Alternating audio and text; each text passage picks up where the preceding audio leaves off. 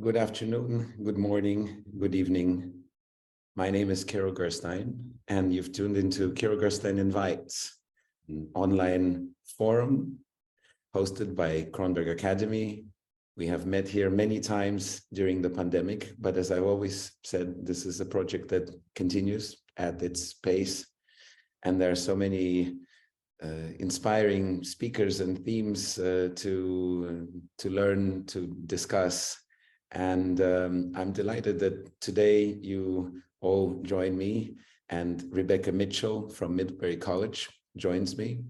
And we will talk about Sergei Rachmaninoff. Sergei Rachmaninoff was born on April 1st, if you take the new style calendar, 150 years ago. So we're celebrating this year his 150th anniversary, and he passed away on the 28th of March. So our seminar today is nestled right between these two very significant dates. And Rebeca has written a wonderful biography on Rachmaninoff that I highly recommend to you. I have it here, Critical Lives edition, and Sergei Rachmaninoff.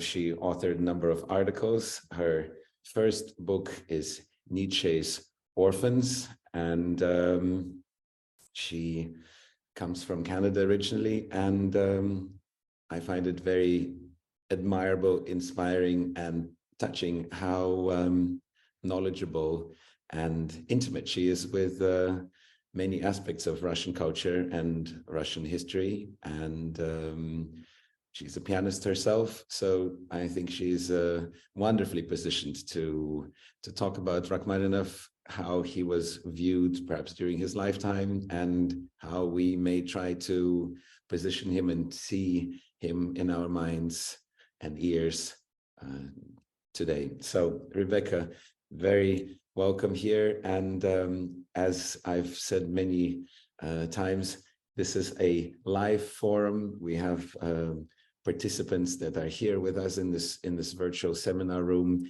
and those questions are most welcome and are an integral part of this undertaking. So please put your questions in the chat, and eventually I will be passing them on to Rebeca as well, and we'll integrate them into the discussion.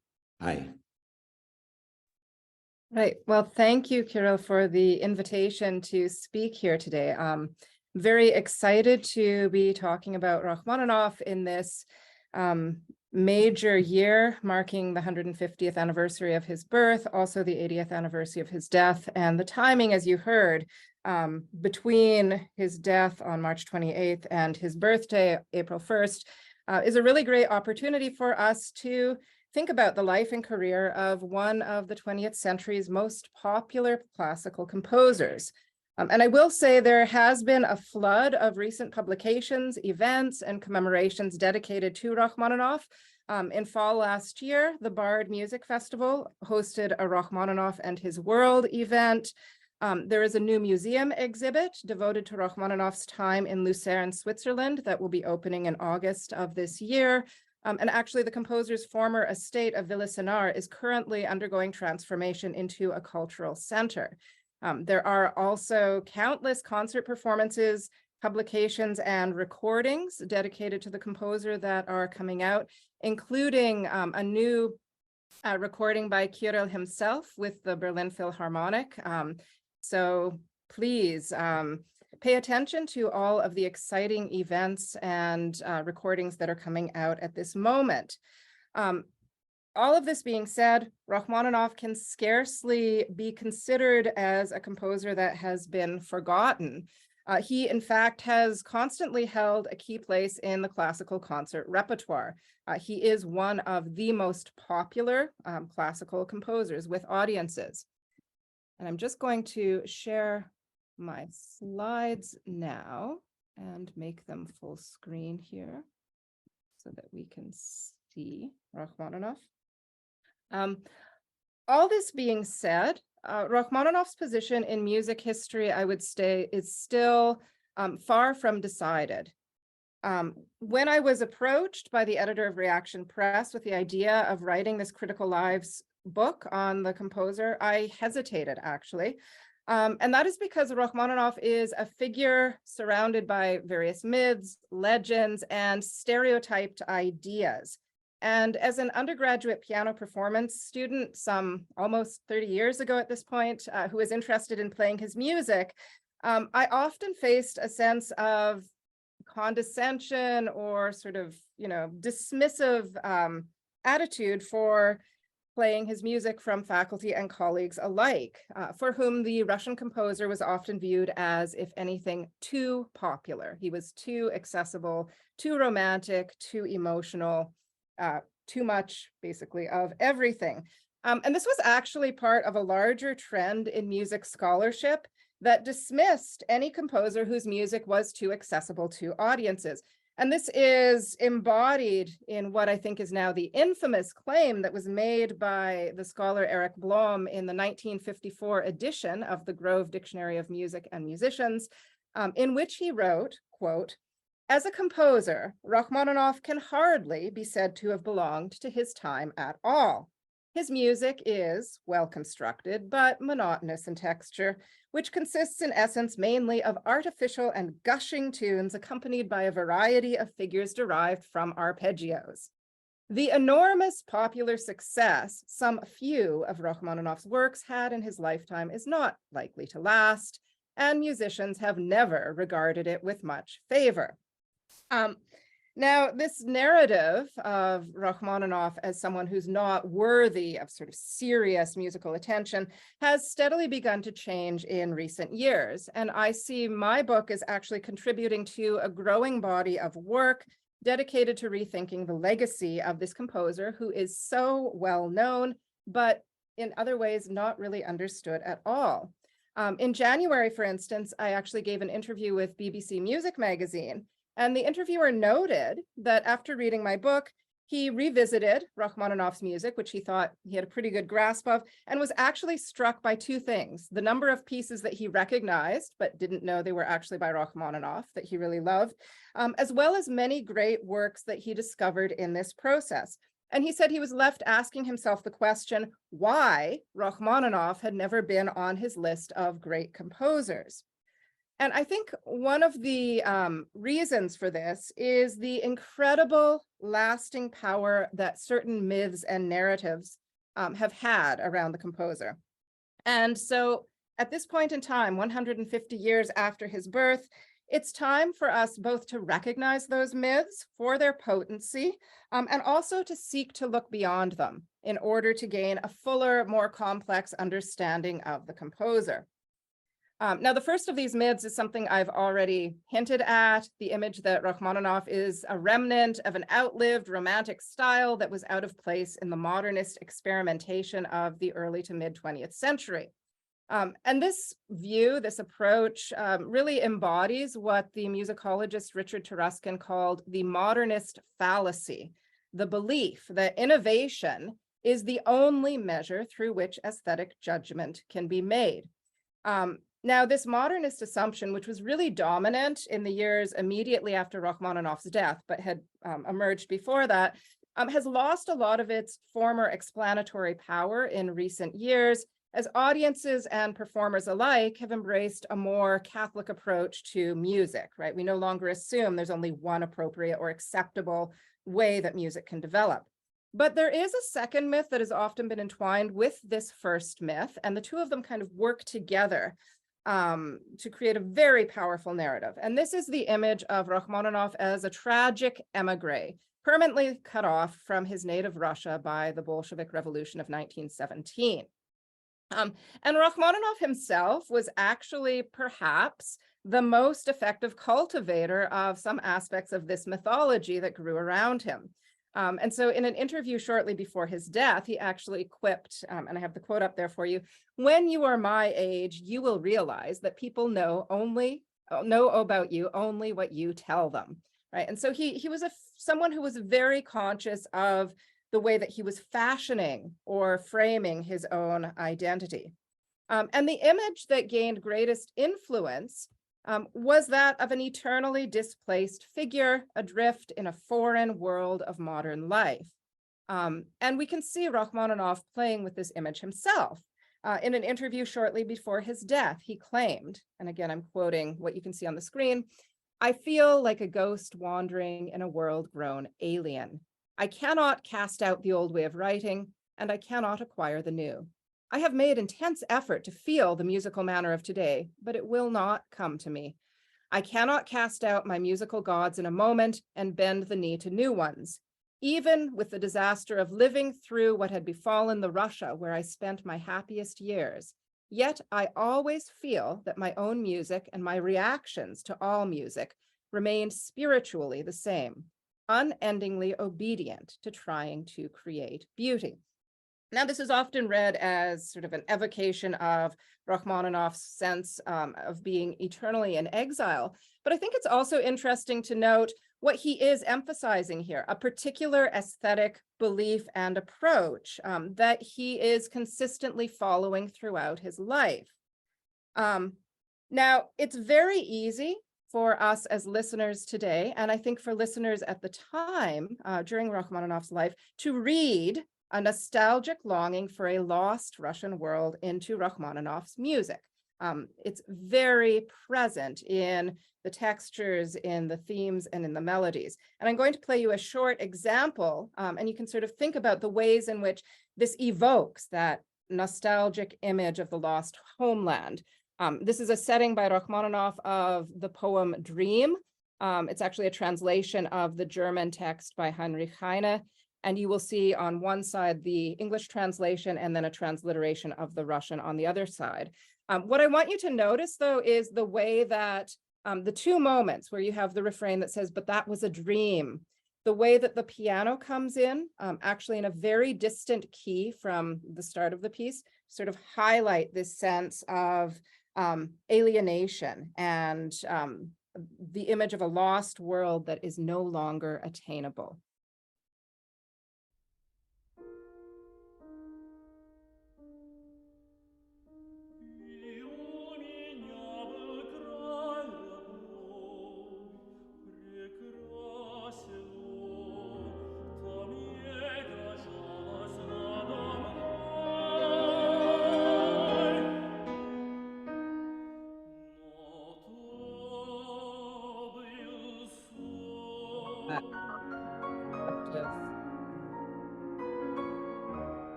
And now we'll return to the opening theme of the second verse.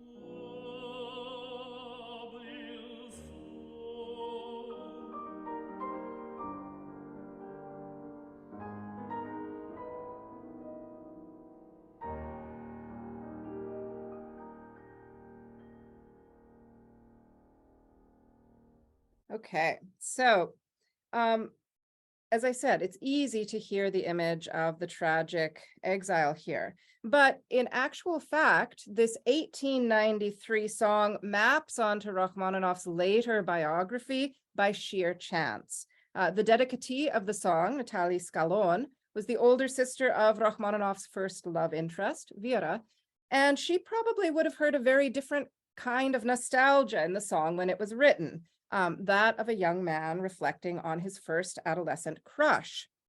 Now, of course, when humans narrate their own lives or historical events more broadly, we have a tendency to draw certain connections and to fashion a coherent narrative through which we seek to connect our past with our present, right? Explaining, as it were, how we reached the current moment in which we find ourselves. It's a natural process through which we make sense of our place in the world.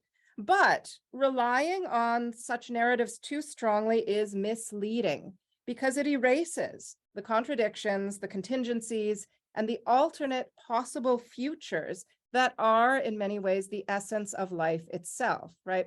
it is not a foregone conclusion for Rachmaninoff in 1893 that he will be living in exile.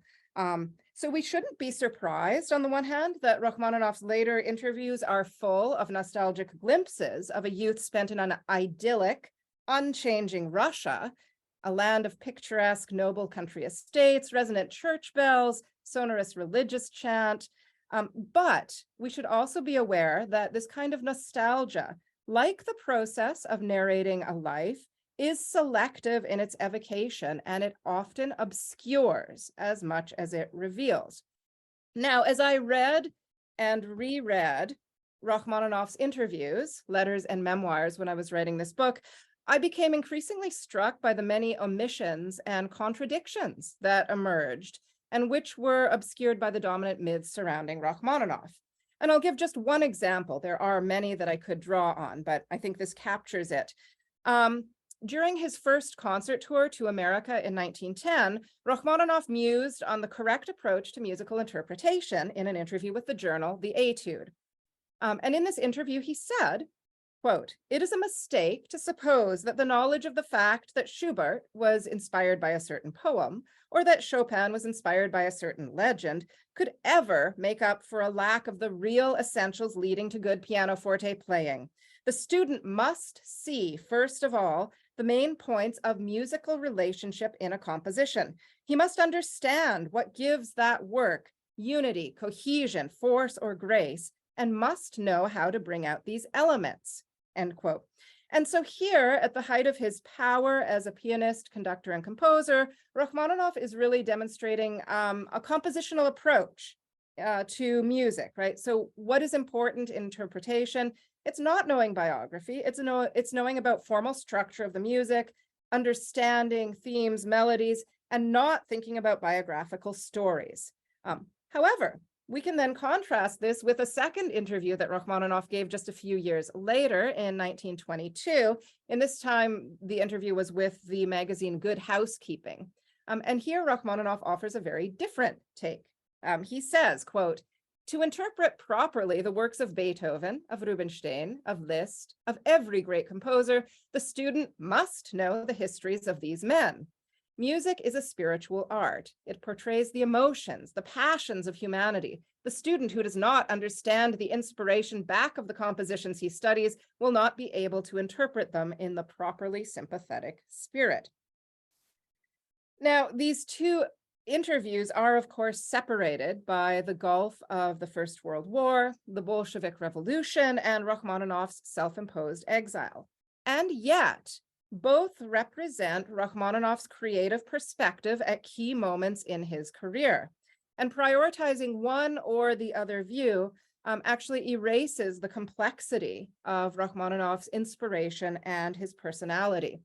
And so what I sought to do in my book was to step away from these sort of synthesizing myths that give us a very straightforward account of the composer, traditional versus modern, nostalgia versus eternal Russia.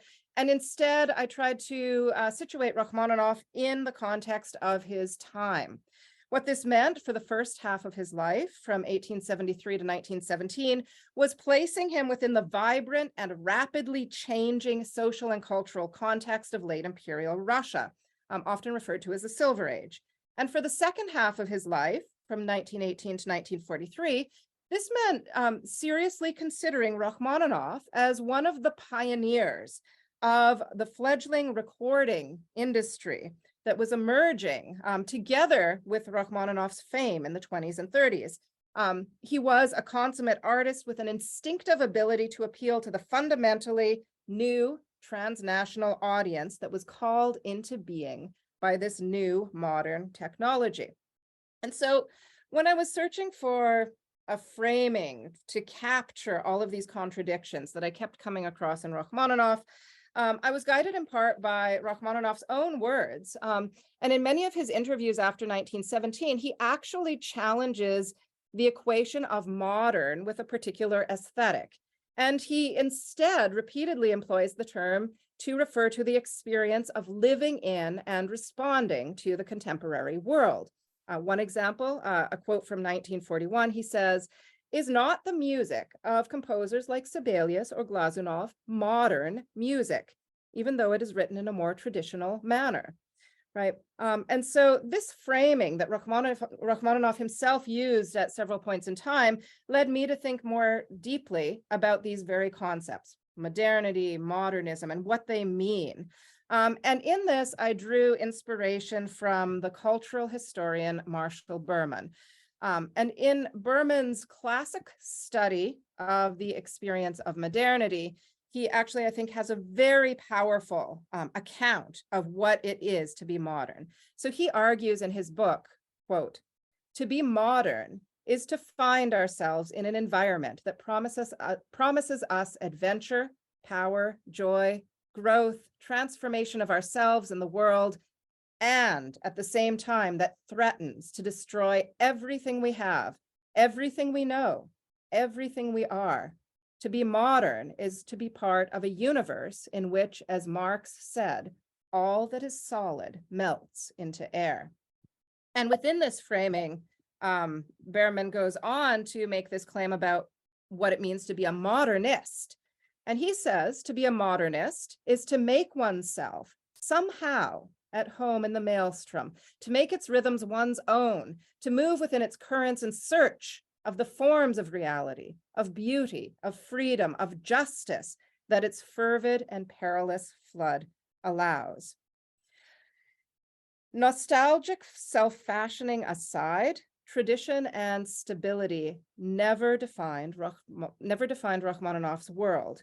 It was constantly melting into air, to use Berman's phrase. His creative life, with its projections of a former halcyon age, were, in Berman's sense, inherently modern. Born to an impoverished family, an impoverished noble family in Imperial Russia, Rachmaninoff eschewed the state service career that would have been the typical path for a young Russian nobleman, and instead pursued the relatively new career of a professional musician. And it was his financial success as an artist, not inherited wealth and privilege, that allowed him to maintain the family estate of Ivanovka that you see on the picture here, even as many noble estates in Russia were being sold or mortgaged as their owners struggled to adapt to changing economic realities wrought by the industrialization and modernization of agriculture. And then this entire world that Rachmaninoff had successfully navigated was swept away by the Bolshevik Revolution of 1917. Leaving his home and settling in America ultimately, Rachmaninoff again achieved sufficient personal wealth and stability through a brutal concert regimen and successful navigation of the emerging recording industry. And this allowed him to construct a new family estate near Lucerne in Switzerland, which he called Villa Sonar. And you can see pictures of it here.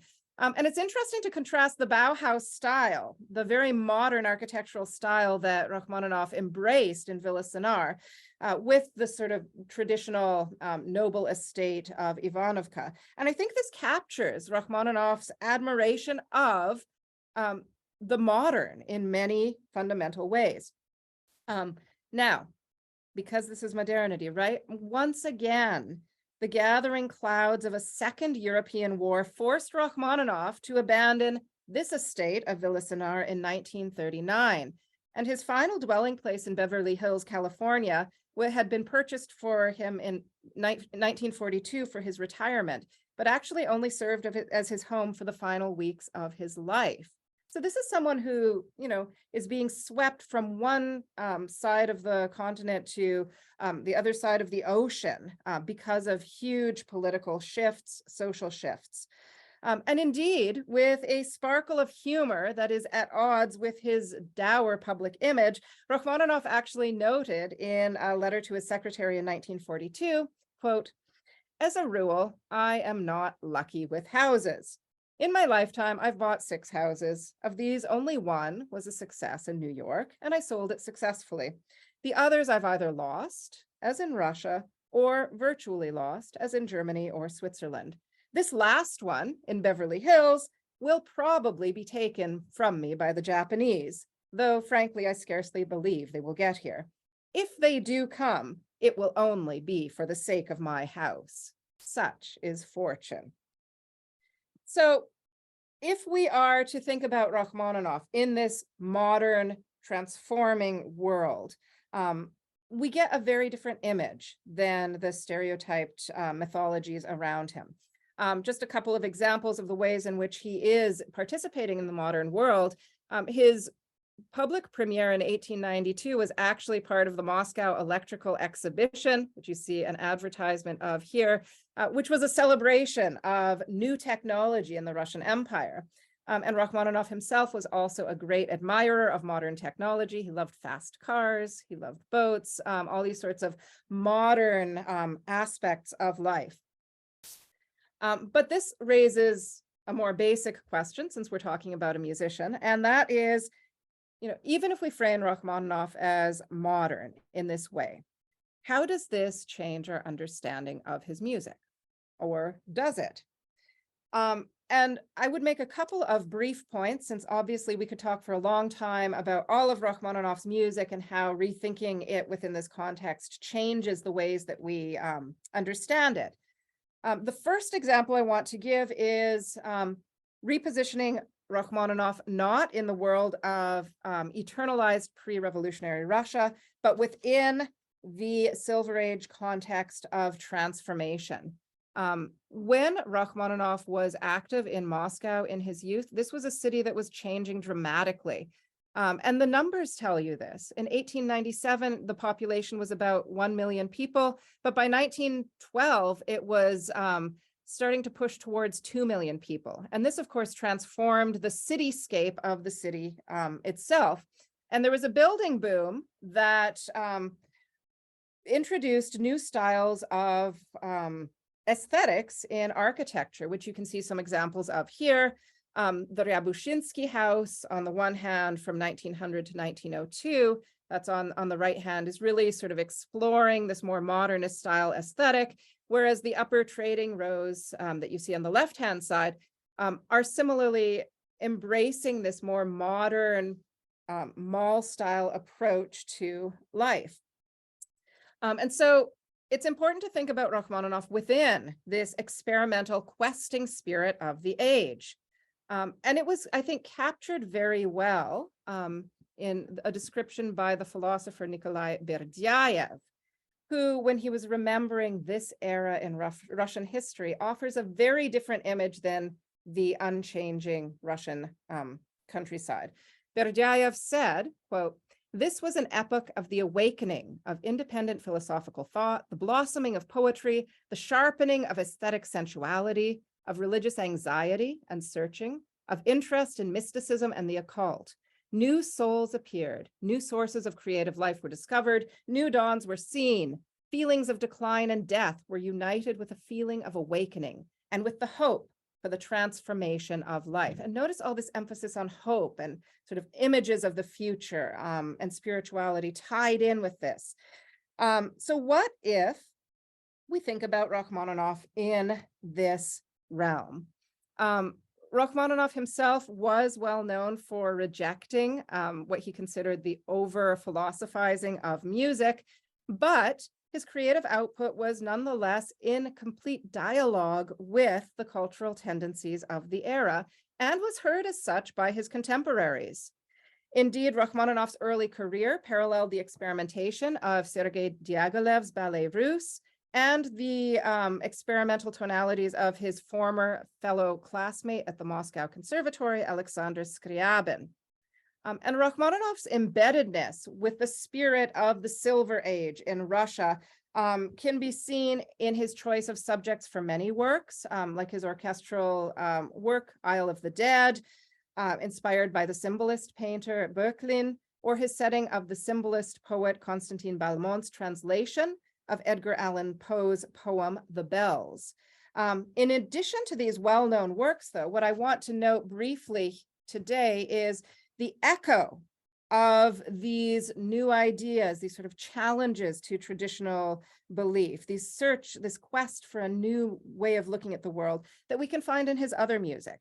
And the example I have here is Rachmaninoff's setting of philosopher Dmitry Merezhkovsky's 1887 poem, Christ is Risen, which actually evokes the searching nature of the so-called new religious consciousness of the era, in its evocation of an unbridgeable divide between existing religion in this world and the reality of a desacralized world around you. This longing for true spirituality. So you have on the screen in front of you an English translation on one side and then the Russian on the other. And I'd just like you to listen and sort of think about this in the context of Rachmaninoff, not from the basic question of, was he an Orthodox believer or was he not, but as someone who is part of this spirit of questioning, what does it mean to believe in the modern world in which we live?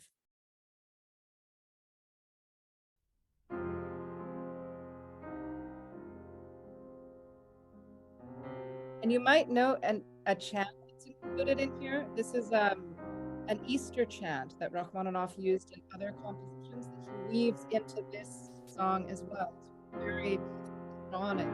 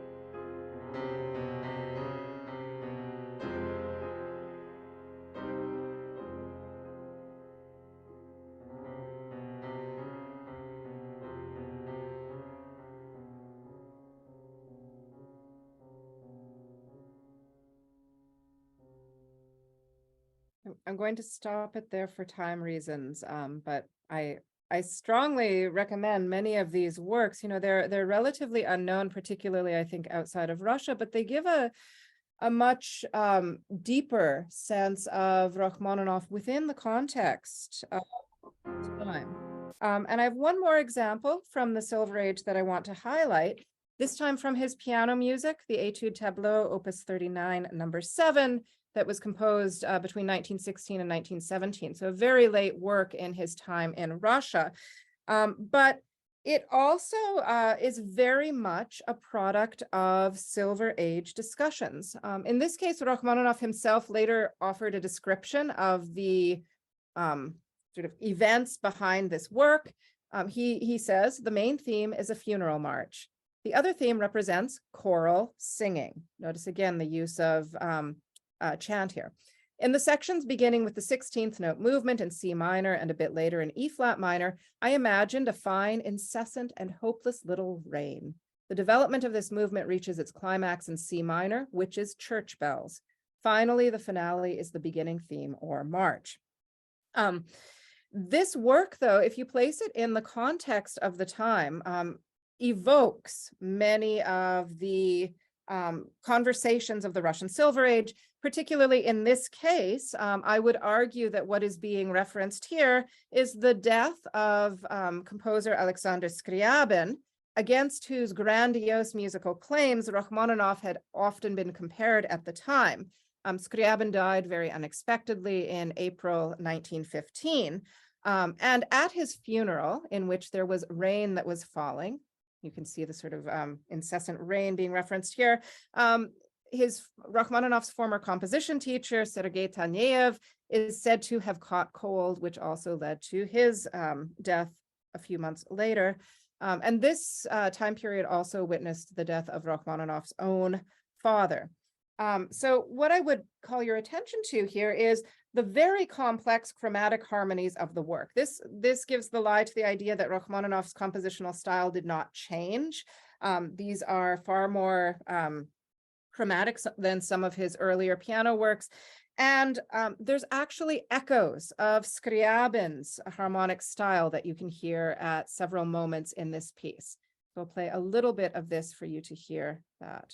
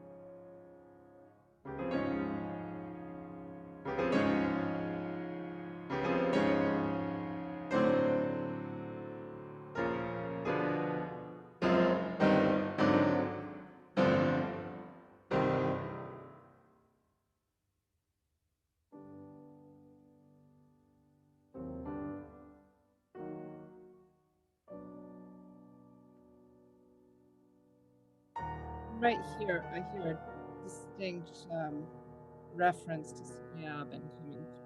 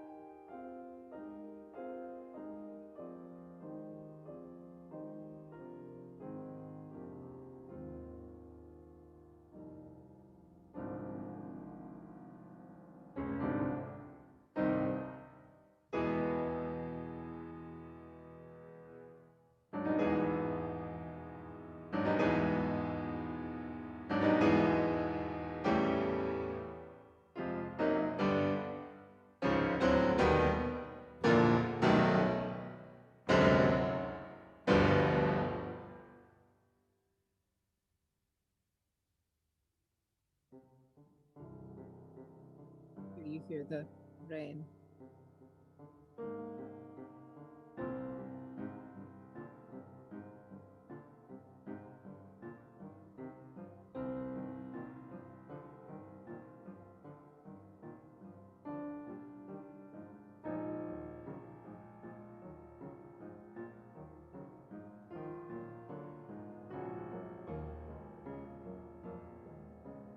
hate stopping it, but for time reasons, I will move on. The big points that I want to draw from this is that,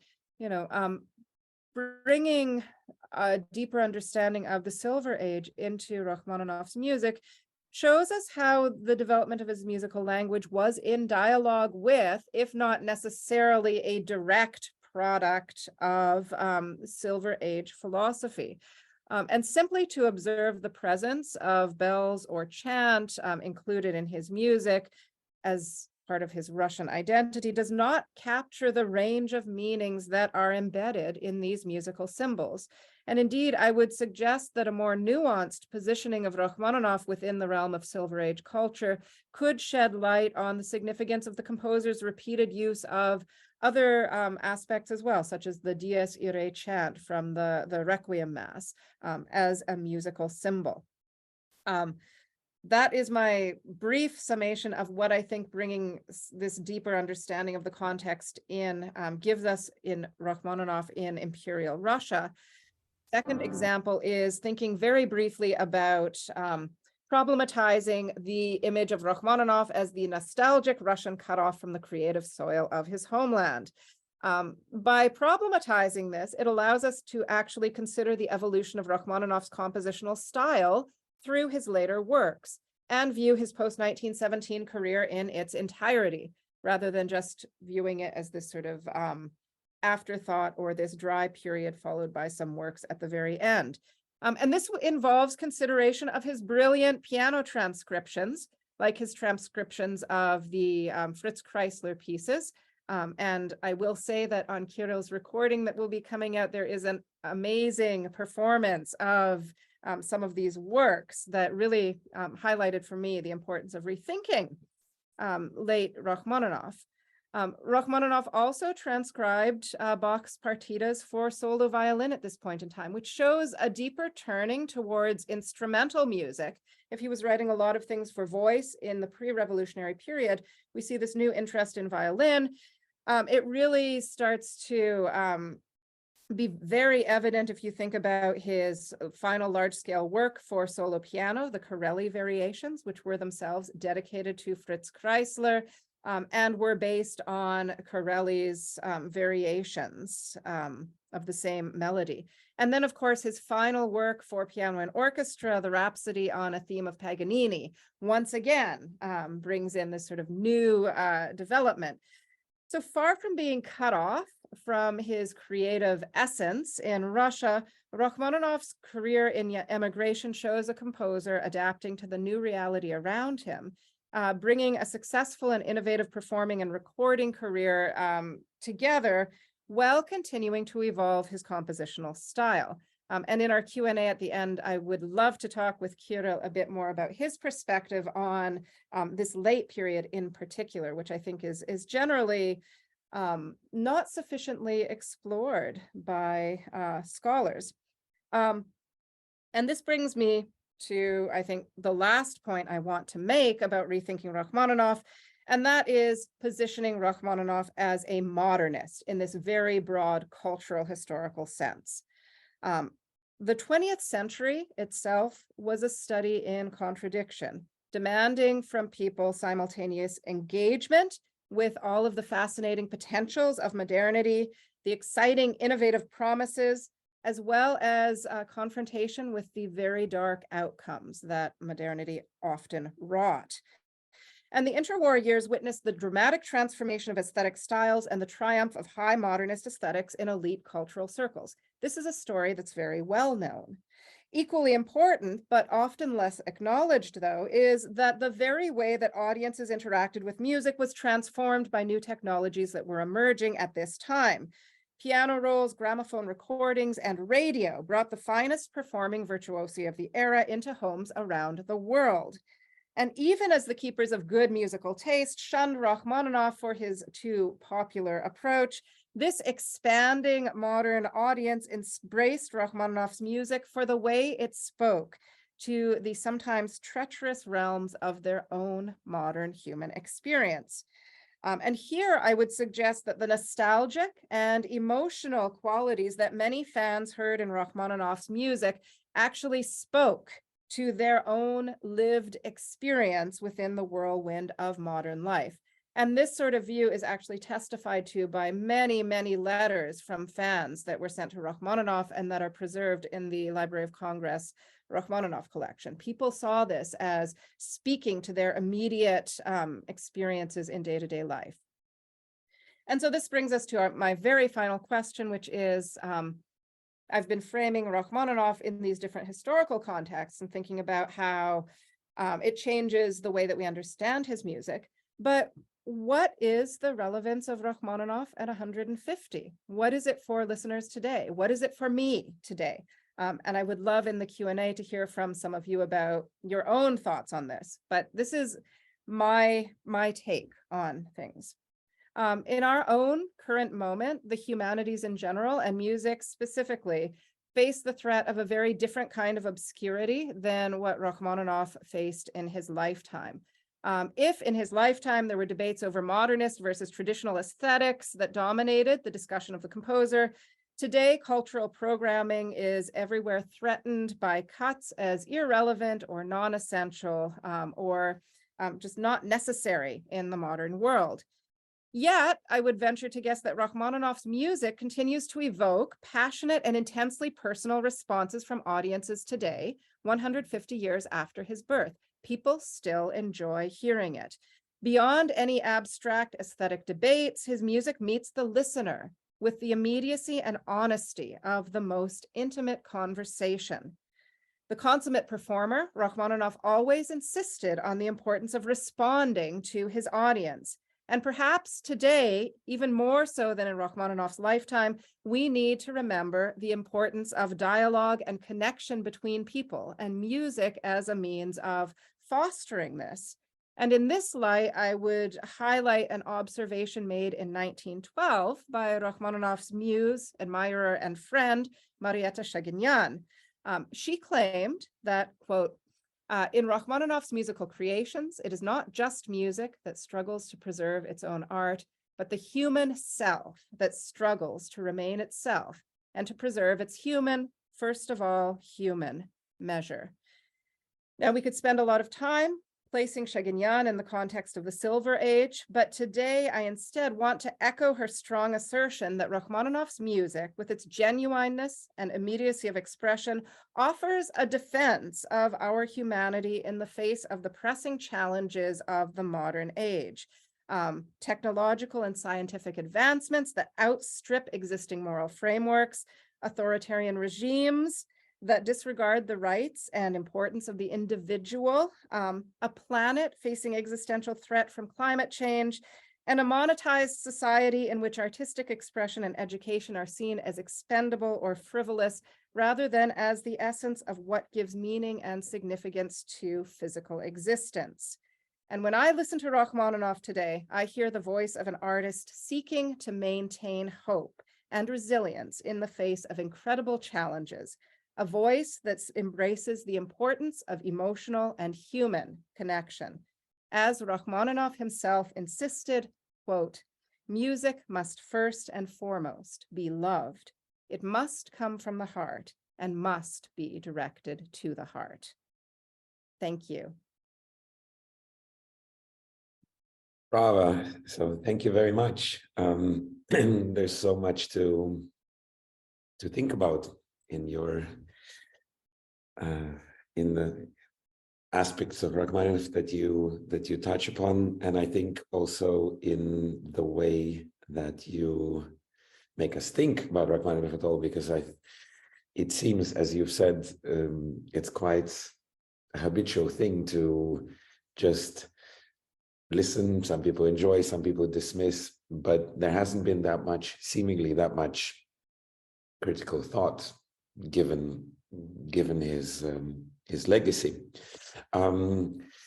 We have many people attending, and some people already have started posing questions, which I'm very grateful for, and encourage you to do more.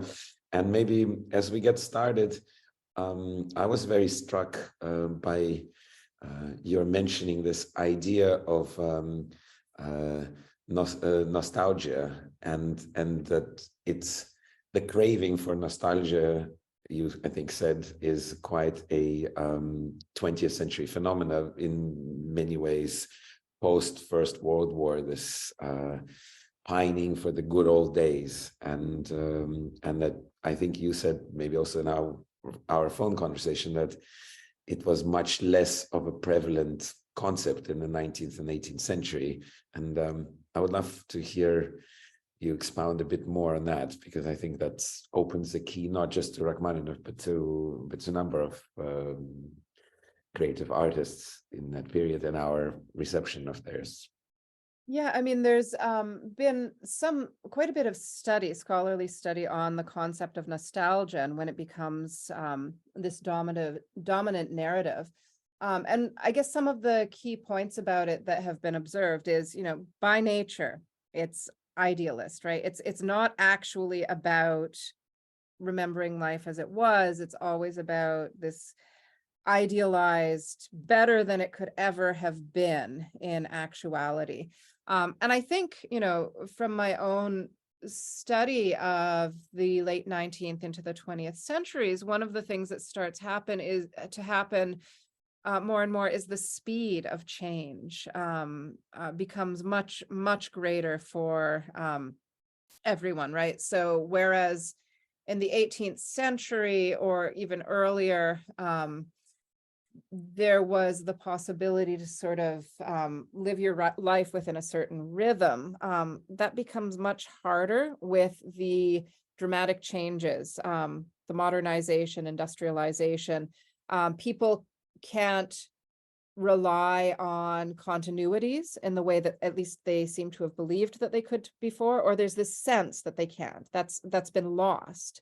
And so instead, what you have emerging is this idealization of what was a simpler time, a better time, a purer time. And you see it amongst Russian emigres after the Bolshevik Revolution, of course. This is a world that does not exist in the way that it had before 1917. But if you study these accounts, they're very selective. They tend to overlook all of the challenges that were facing Imperial Russia. And you actually find similar kinds of expressions of nostalgia, not just for the Russian Empire, but for other empires as well. So Fritz Kreisler is someone who also, had been a citizen of the Austro-Hungarian Empire. That transformation leaves him kind of his own past life. And so I think one of the things that happens for a lot of people is that nostalgia is part and parcel with an aspect of the experience of modernity and the rapidity of change. And Rachmaninoff really is able to capture that effectively in his music. Yeah, that's very fascinating, and I guess also echoes a little bit with that book by Isaiah Berlin, The Roots of Romanticism, and sort of that many of our notions come out of this so-called modern notions come from the Romantic age and the idea of sort of somebody dying for their mistaken belief as being celebrated in the Romantic era, but in the Age of Enlightenment, there was a poor misguided person. How very unreasonable. Also, I wanted to ask you to speak more about how Rachmaninoff seems to have ended up in some way as popular as he is, but between these chairs where, so in the West and in the sort of the critical circles of the quasi Adorno leanings, he was criticized as anachronism, a shard of the 19th century. And at the same time, in the Soviet Union, he was also not viewed anymore as sort of belonging. So that would be interesting to hear you speak about how he ended up not fitting both camps, the West and what became of Russia as it's changed into Soviet Union. Yeah. I think for different reasons, you have your Western critics who are dismissive of Rachmaninoff because he doesn't fall into the modernist aesthetic, this idea of constant innovation as the key. He's too, they would say, lowbrow, right? He's appealing too much to ordinary listeners. It's not intellectual enough. In the Soviet context, you have this curious situation, right? Because on the one hand, Rachmaninoff's accessibility should map very well onto sort of understandings of creating a form of art that is more accessible to ordinary workers. This is one of the big, ideas behind socialist realism and everything that comes out of it. But in the Soviet context, they have this other problem, which is how do you reconcile the celebration of this great figure with someone who left in 1917. And you have this curious narrative, incredibly strong in the Soviet literature, that repeatedly insists on this idea that by leaving Russia, Rachmaninoff was a broken man, right? So the only way that he could nurture his creativity was through his connection with the native Russian soil. And when you remove that, he basically loses the essence of what it is to be Russian. And of course, Rachmaninoff was very proud of his Russian culture, his Russian heritage. He was very tied to his life in the Russian countryside. He did a lot of composition there.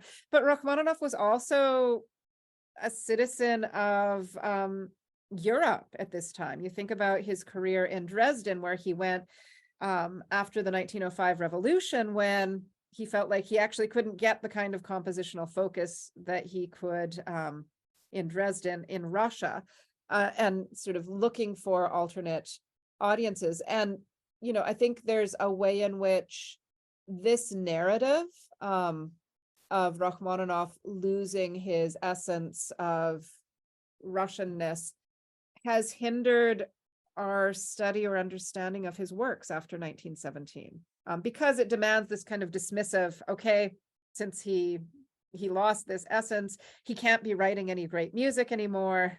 And what do we do then with the pieces that do come after?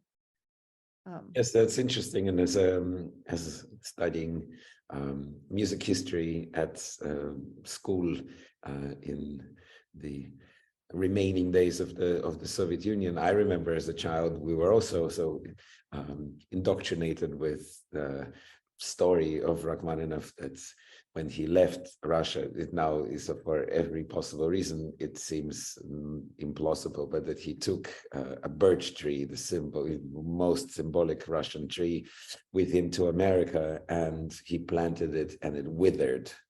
And so did his creative spirit. And of course, when anyone else, when you come to America, a lot of birch trees. So either he was a bad gardener or the story is not true. But also a famous Russian Soviet conductor once told me that even the recordings shouldn't be taken so seriously, because those were made already when he was in America, and he was losing touch to the true Russianness in his music. But as I think I told you on the phone, there's an interesting study that one can find on the internet where William Mengelberg, the great conductor of the Concertgebouw, had meticulously written down the tempi that Rachmaninoff took in his second piano concerto. And in fact, if you look at it, it's more or less 20 years before immigration, and or 15, and the tempi are pretty much the same as these later so-called American recordings. So I agree with you that it's been misframed in a sense. To start weaving questions from our participants, there's one from Peter Raj Singh, who says, could you speak about his sacred music in the context of framing Rachmaninoff as a modernist? The liturgy of St. John Chrysostom, the Vespers, etc. Is this nostalgia, or is this the spirit of the sacred at the core of his notion of music speaking to the heart? But I know also from your article that there is actually quite a contemporary reason for Rachmaninoff to have been writing Orthodox a cappella music. So it would be interesting to hear you speak about that. Yeah, I mean, so when Rachmaninoff was a student at the Moscow Conservatory, there was the start of a revival in sacred Orthodox music, led by a fellow named Stepan Smolensky, who actually is the person that Rachmaninoff dedicates some of his later sacred music to. And this was tied in with a search to purify Orthodox music from Western influence to make it more sort of inherently Russian, better respect the character of the chant. And so I see Rachmaninoff's liturgical music very much in that tradition. And I think there's good reason for that, aside from the dedication to Smolensky. When Rachmaninoff was working on the liturgy, he actually was quite meticulous in corresponding with Kostalsky, who was, in a sense, the person that was leading the charge in this revival of sacred music, sort of asking him for advice to understand what the correct use of texts and the relationship should be between chants and freestyle composition. This is also, I think, in a broader sense, part of a rethinking of religiosity that's going on within the Russian Empire in the early 20th century. You have new debates within the Orthodox Church about the possibility of reestablishing the position of a patriarch.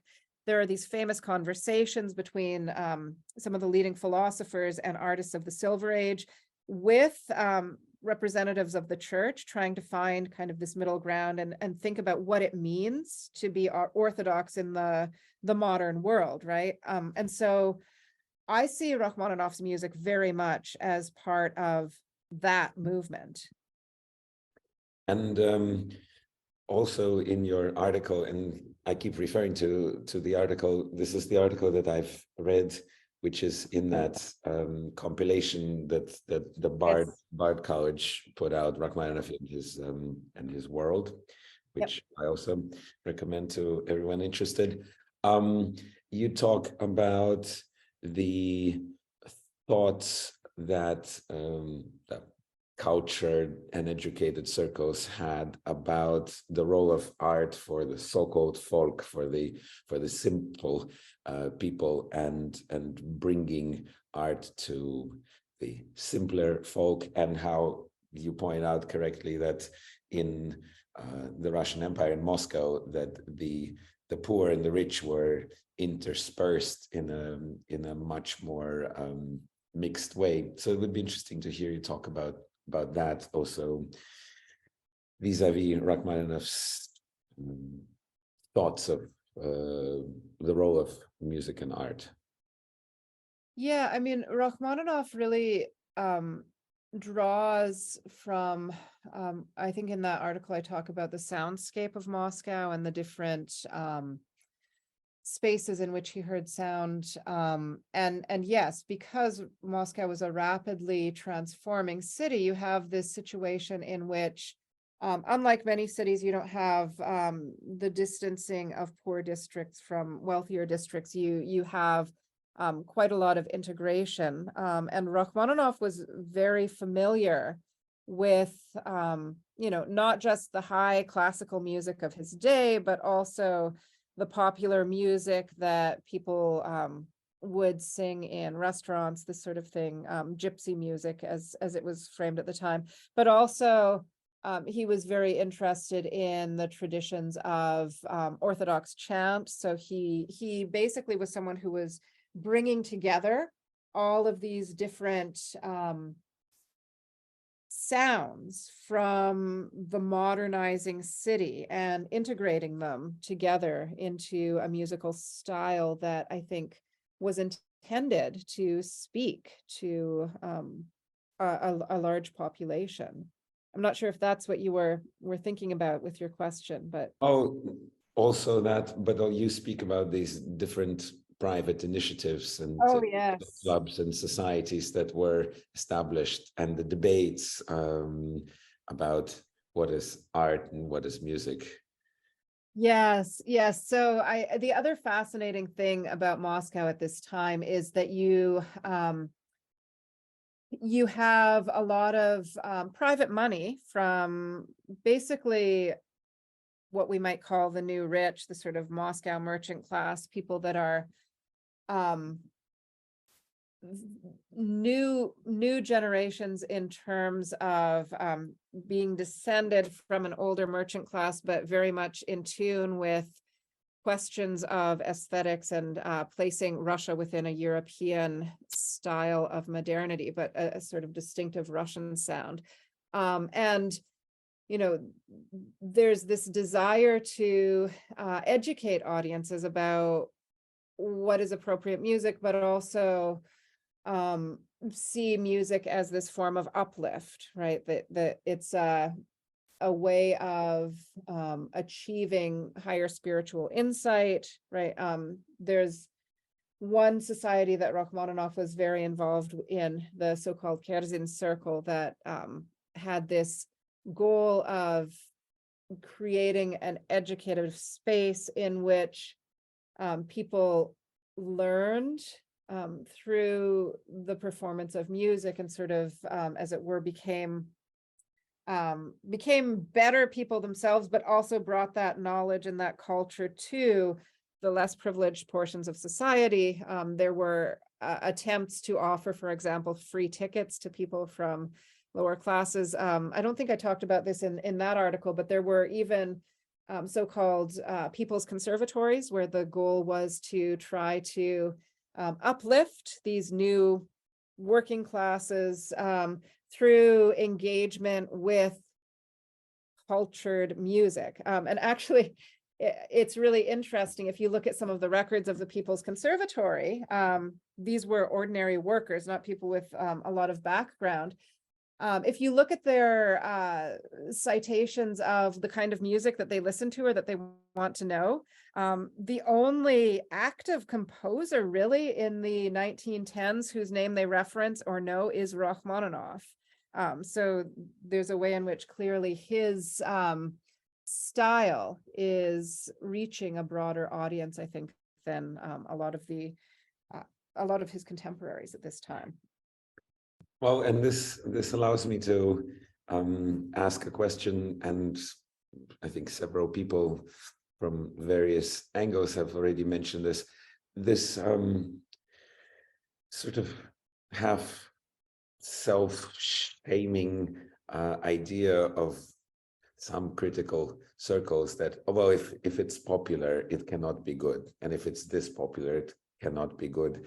And obviously, Rachmaninoff has been very wounded, or his legacy has been very wounded in the perception of some people by this notion. It would be interesting to hear you talk about that. Yeah, it's fascinating, right? Because this is also the era where you're seeing classical music actually reaching in many ways a broader audience, right? You have this already in Imperial Russia with what I think one scholar in the book that you have there calls sort of middlebrow culture, but this not necessarily people of noble background, but this growing middling class in society that are wanting musical entertainment. They're searching for things, and they really discover Rachmaninoff as someone whose music speaks to them. And then I think even more so in the post-World War I era, with the rise of recording, you suddenly have actually an explosion in the kinds of audiences that can be reached, right? Because suddenly, if in Rachmaninoff's time in Moscow, if you wanted to hear him, you'd have to go to one of the concerts, and it's still a relatively small circle, although it's expanding. Once you get to the 20s or 30s, when you can hear him on the radio, you can buy records, this sort of thing, it on the one hand makes it possible for classical music to be popular in a way that it never actually was to that extent before. And then hand in hand with that, you do have this, I think, pushback from some levels of musical society in particular that are very nervous about this, that, you know, aren't comfortable with the idea of quote unquote mass audience, right? And I think this is the moment, this sort of transition from the 19th into the 20th centuries, where you start having these debates about high culture, low culture, and, you know, if it's popular, it can't be good, because it's also the first real time where we're starting to have the possibility of mass culture on this scale. And I think it's why Adorno, for instance, sees Rachmaninoff's prelude in C# minor is like the embodiment of what he calls the culture industry, right? And everything that he absolutely abhors. But, you know, I think if we approach Rachmaninoff in this era less from this perspective of, you know, what music is more valued, but just think about it as this moment of an expanding audience, it really will transform the way we think about this era, right? So it's not just about the triumph of the modernist aesthetic, but it's also about music entering into basically every home, with the radio in particular. And I think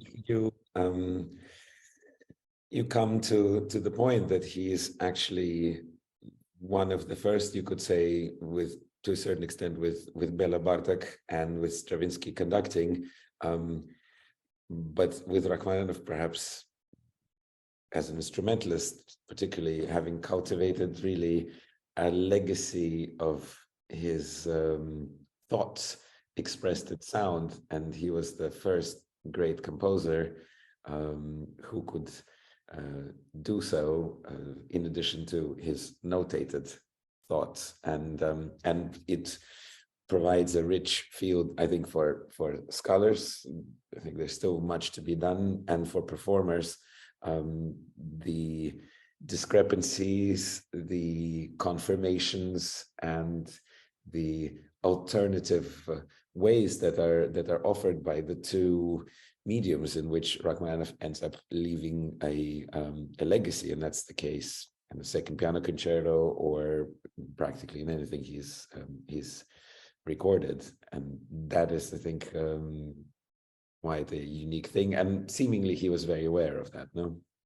Yes, there's actually an interview that he gave with the Gramophone magazine, in which he talks about how proud he is of having re-recorded quite a number of his works, because recording technology has improved, he says, to the point that you can finally, you know, the early 1920s recordings he's not entirely happy with, because they're not at the level where he can capture all the nuances. And he felt, by, I think the interview was in 1931, he felt like he was creating his legacy, the kind of legacy that I think he wished he could have had for earlier composers. And so, you know, again, to go back to this sort of decentering of Rachmaninoff's career after 1917, I think it really overlooks the importance that Rachmaninoff himself placed on that aspect of the legacy that he was creating. Absolutely, and I'm even surprised that recently I read an interview from a well-known Russian pianist who said that, you know, the score is the score and the recordings are just for fun, but there's nothing to be learned from the recordings. And that's not an all too rare attitude from students as well, that, you know, so I don't listen to recordings or I don't want to spoil my individuality by listening to Rachmaninoff's recording, but these recordings are incredible teaching resources or learning resources for us, and I think there's still much to be done there, and certainly also in writing about this. There are more interesting questions, and I think some of them we can both answer. There's a Shankar Satyanath who asked question for Kirill, but I think it'd be for both of us. I can understand why the general public would be influenced and repelled by stereotypical conceptions of Rachmaninoff, but it seems many major non-Russian pianists do not play his music, at least in public. How do they rationalize this? There's many ways they rationalize this. But what would you say to that? Well, I would love to hear your opinion, actually, as a practicing professional artist. Admittedly, someone I will mention, actually, I was just having a conversation with someone the other day who remembered your performance at Middlebury, and she had bought your CD and she framed you as the perfect interpreter of Russian music because you are Russian. Um, so one of the things that occurs to me is there is, I think, still this kind of sense of, in order to play Rachmaninoff properly, you have to somehow have this connection, perhaps, that has pushed some pianists away from it. But I would love to hear your thoughts on it. Yeah, this is another maybe even more important topic to touch, this idea that you have to be so and so to play such and such music, which of course would terribly limit some nations that have produced wonderful pianists. If you take pianists as an example, and I've heard many terrible performances by Russian pianists of Rachmaninoff's music, also seemingly absolutely not in the style that Mr. Rachmaninoff himself plays. So that certainly has to be false. And I think you are an excellent example of somebody that has learned and absorbed much more of history and culture of a certain place, not being from there in comparison to people that are from there. So I'm not sure that can be it, but it's true that there is part of this myth that you have to be Russian, you have to have a big Russian soul, whatever that means, to play big Russian music. And I think this is obviously not true, and the music is much more universal. Frankly, I'm basically puzzled. I mean, I think there are some people that don't feel comfortable in the textures, and some people don't feel comfortable in the kind of emotional language, and then we rationalize it, everybody on their behalf. And finally, of course, nobody has to do anything, especially in music, so one doesn't have to play a particular style. I've always found that one does play a better Beethoven sonata if you play a Rachmaninoff concerto. It's certainly vice versa, and the substance is not really that unrelated. I think Rachmaninoff or Prokofiev would have been very surprised if they were told that their music is that different from a Haydn or a Schumann. And we know that Tchaikovsky's favorite composer was Mozart. So I think it's in fact somewhat puzzling, and I think it is. I think musicians too are influenced by the general stereotypes that the general public is influenced by. So that would be my guess. But of course, individual mileage will vary.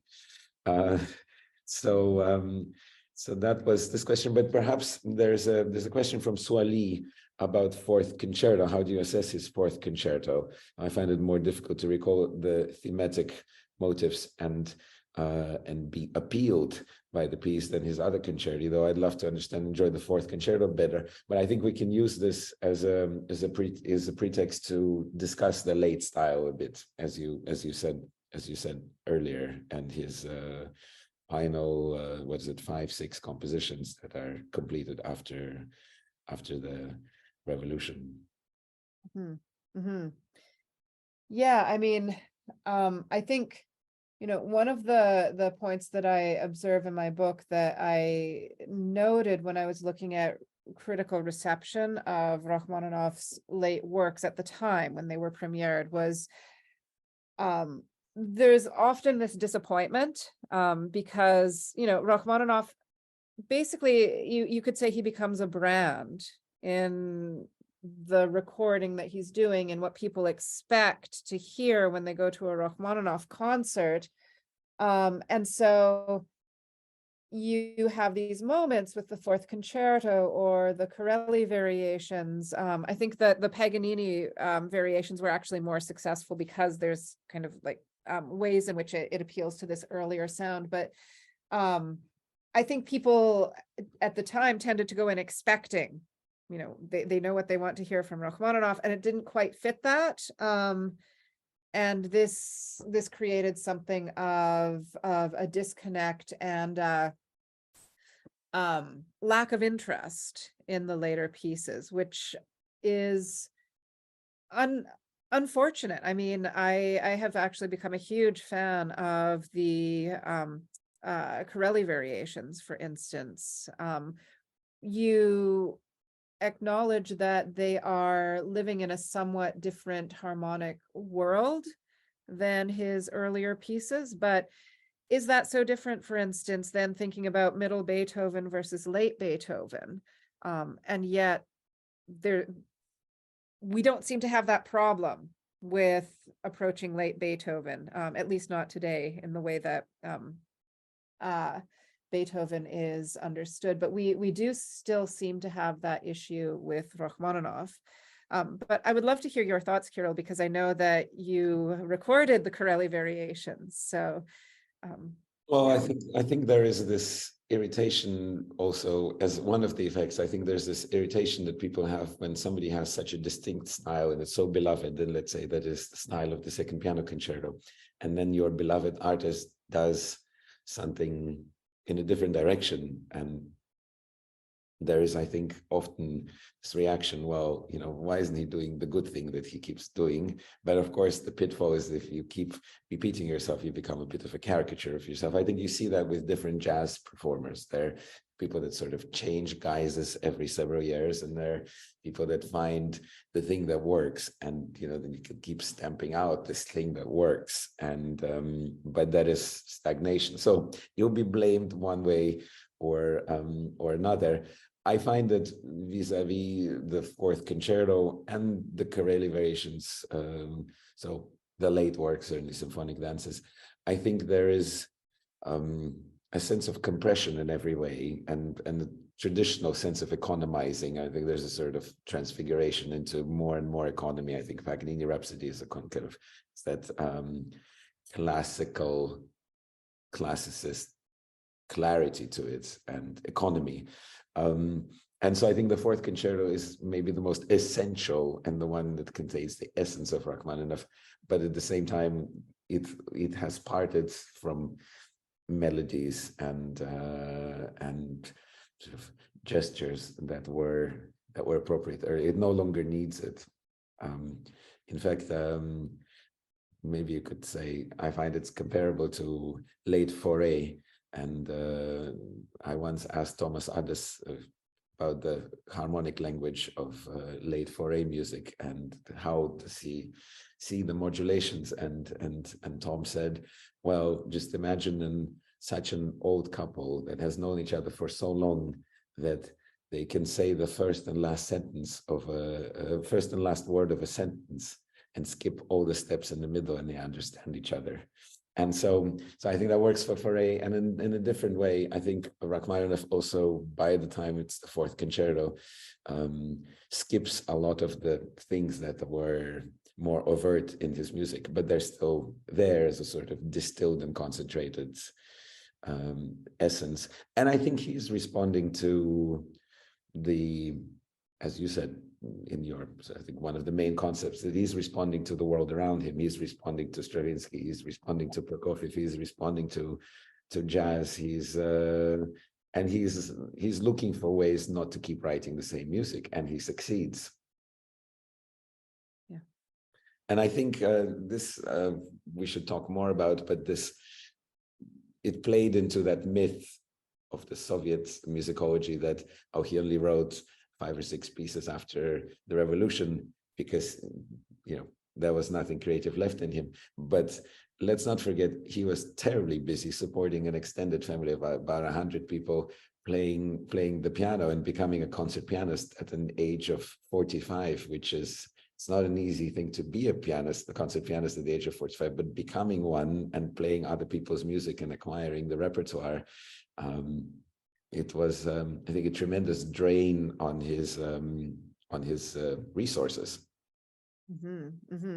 And you know, the kind of grueling concert schedule that he followed, it's quite amazing when you think about, you know, I spent a bit of time like looking through his actual travel in the United States, and it's just exhausting. I can't imagine, you know, there are accounts of Rachmaninoff trying to sketch a few things out on the train in between all of these concerts. And I think that has been, together with his recordings that have been sort of pushed to the side, that has not been taken seriously enough in terms of just, there are only so many hours in the day. And he does succeed in making his name as one of the greatest pianists of all time. But that takes effort and time away from other things. Yeah, we have a fantastic question from Jared McBurney, who you probably know, and it's actually something that we can also connect to an earlier question. There was there was an earlier statement from Menachem Zur, who said, during the many years that I've been teaching theory, harmony, counterpoint analysis, I've never come across anybody who used Rachmaninoff's music as examples for students. This is not a question, just a statement. This gets us into aesthetics also. Does it need to be, you know, innovative in a particular modernist sense to be used as examples? But there is a question from Jared where he says, could you say something about the mastery of Rachmaninoff's orchestration? His orchestral sound, especially his handling of woodwinds in the middle register, is extraordinarily individual and distinctive, even though it has often been dismissed as though it were in some way generically late romantic. I often find myself wondering where he got that astonishing precision of that sound from. I guess from his enormous love and knowledge of Wagner, as well as his deep experience as a great conductor. Another one of his guises, one would say. But the combination of absolute clarity and at the very same time, a mysterious sfumato still seems astonishingly different from anyone else I can think of. Any ideas? Yeah, that is a great question. You know, I don't have an easy answer to it. Clearly, you know, Rachmaninoff learned a lot about orchestration and conducting from his actual conducting practice, first with the Mamontov Private Opera, and then later with the Kerosene Circle and with the Bolshoi. So I think to a certain extent, he learned from doing, but that doesn't answer the question of how he develops this distinctive approach in his own orchestral style. And so, you know, for me, this is still something of an open question, and its evolution. That's something I haven't explored as much as I would like to, actually, sort of, you know, early orchestrations versus the way that evolves in the later works. And you also see a shift actually in, when you think about something like the Corelli variations, which is for piano. One of the things that has struck me is that there is a certain orchestral way that he seems to be treating the instrument, much more so than in his earlier piano works. So yeah, do you have thoughts on this?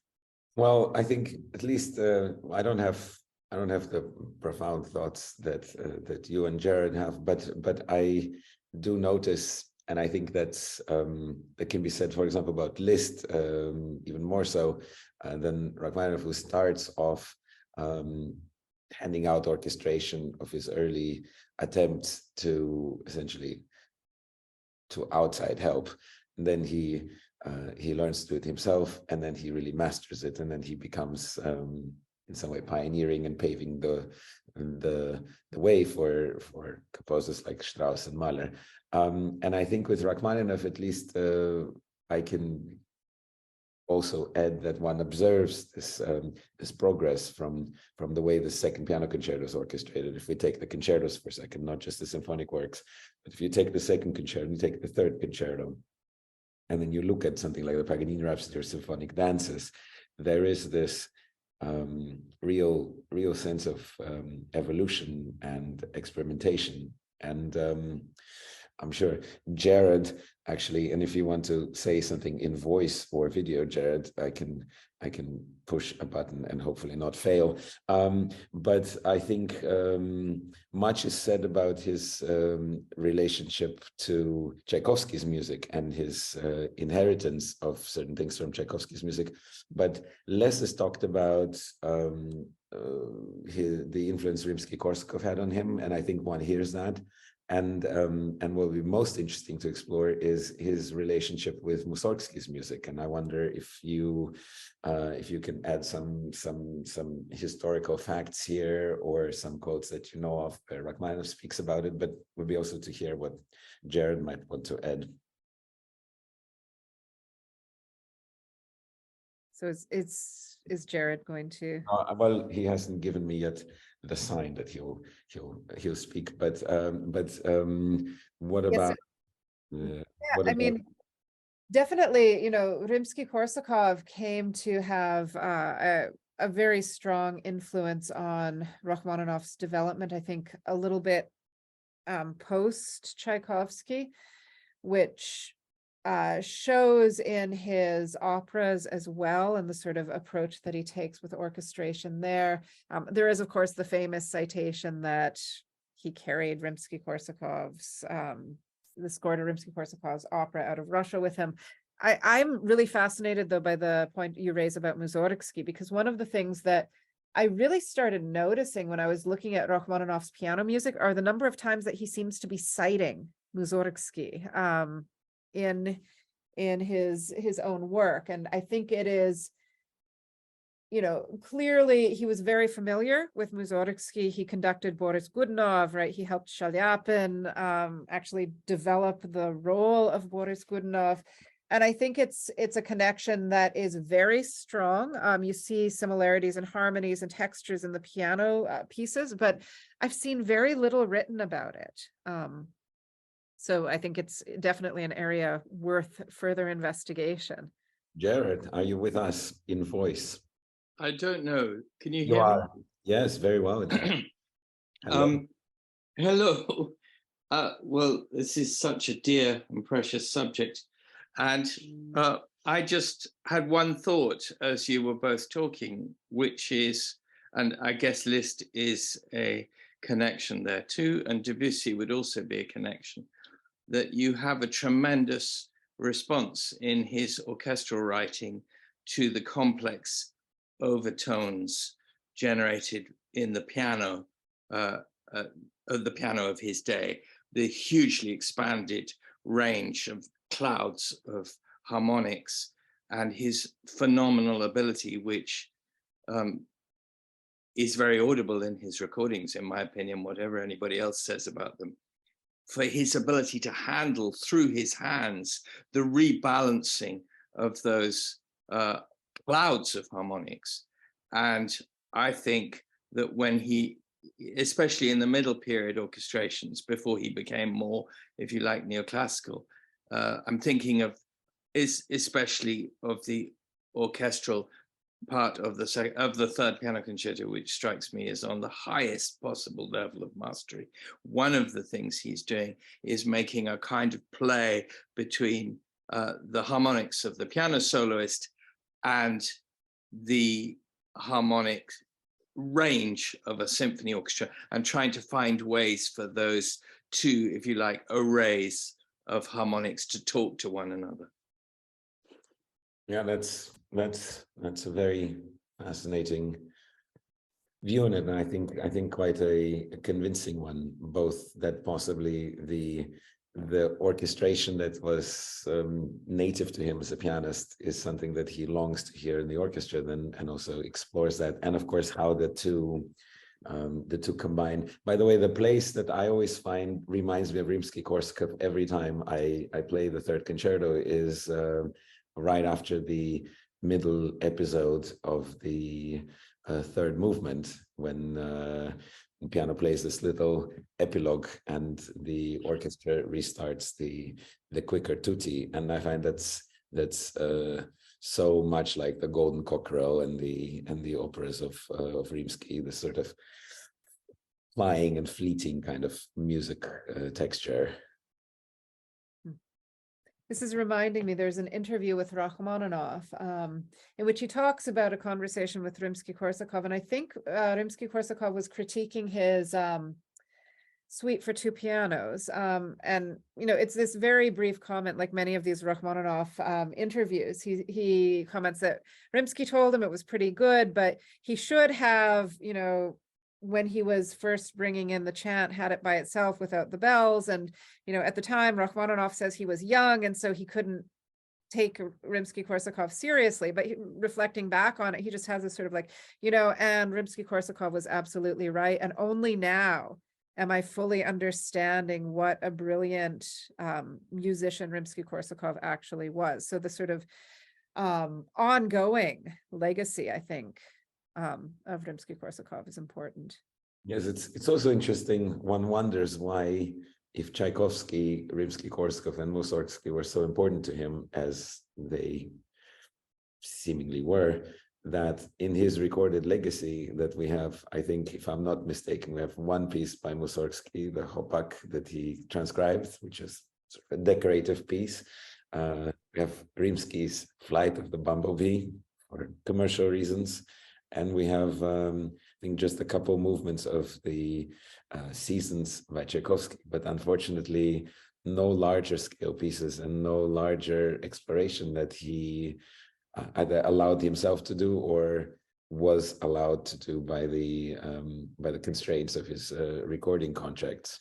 But sort of just another one of those many what ifs, because of course it would be incredible to hear him play Pictures at an Exhibition or any of the other pieces.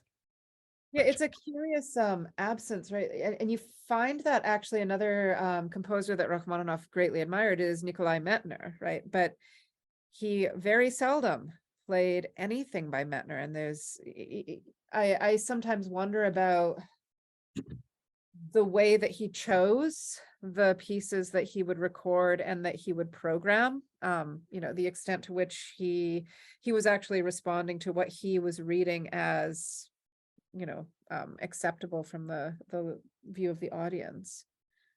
Incidentally, the other day, I was talking to Sam Wigglesworth, who runs Faber Music Publishing, and since he in some way nurtures many composers, when the conversation turned to Rachmaninoff, he immediately asked the question that I couldn't answer, but hopefully you can answer more.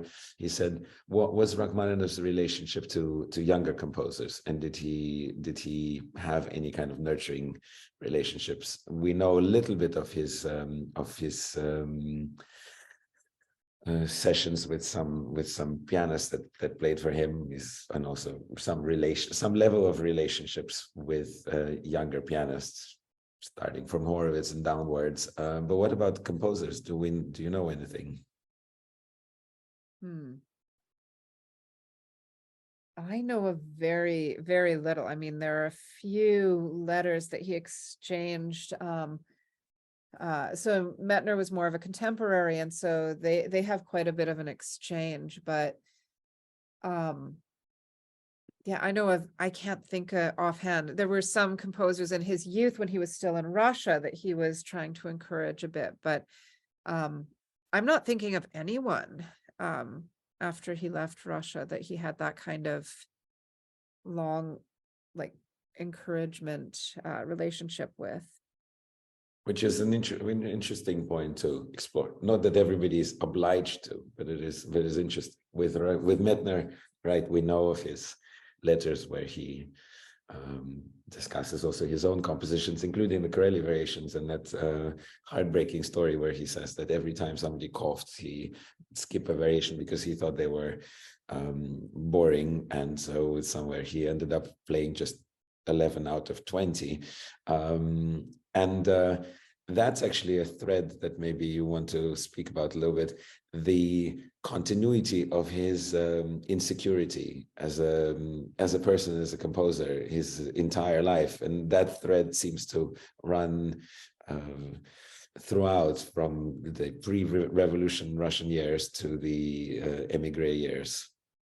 Yeah, I mean, definitely, probably the most famous story is of the failure of the First Symphony and how the criticism devastated Rachmaninoff and he was unable to compose for a while. That's a very well-known story, but actually, if you look at Rachmaninoff's correspondence over and over again, you do have this expression of just incredible, I don't know if in some cases you could call it insecurity or sense of inadequacy. And you see it in relation to his compositions. Right before he was supposed to premiere the full second concerto, he got some negative feedback, or not even negative, but sort of questioning feedback from one of his friends, a former friend from the conservatory, who was asking him about the form of the first movement. And suddenly Rachmaninoff has this answer like, oh, I looked back through it and this is the most horrible piece and I can't imagine how I didn't notice it before. And I wish that you hadn't mentioned it to me now, because how am I ever supposed to play it again? But it's actually a very strong recurring theme, in letters to his manager. When he is at the height of his fame as a concert pianist, he'll have these things where he says, I used to think that I would eventually be satisfied with my playing, but I think it just gets worse all the time, actually. And there's no way that I'll ever be a good pianist. This sort of just very harsh self-critique, which clearly was deeply rooted in his character, and this sort of desire for perfection that he could somehow himself never feel like he was reaching. By the way, we had a knowledgeable comment from Francis Crociata. I'm not sure if I pronounced it correctly. I apologize. But Francis points out Henry.How and as one of the composers, and also Vincent Youmans, that those were two that were in some level of communication with Rachmaninoff. And I just found a story online where supposedly Henry.How, having taken manuscripts of his to Rachmaninoff, that he looked at it for a couple of hours and then circled a number of notes and said, "You have 42 wrong notes." Handed it back. Incidentally, this is so on a lighter note, but Jennifer Cheng earlier asked, why Rachmaninoff deemed the 2nd of April as his official birthday, even though 320 converts to 1st of April, so March 20th in the old Julian calendar. And I have read that also, that he, even on his immigration papers, I think he requested the 2nd to be put down as his birthday. Do you think it was to avoid April's Fool's Day or something else? I don't have a good answer to that particular question. Yeah.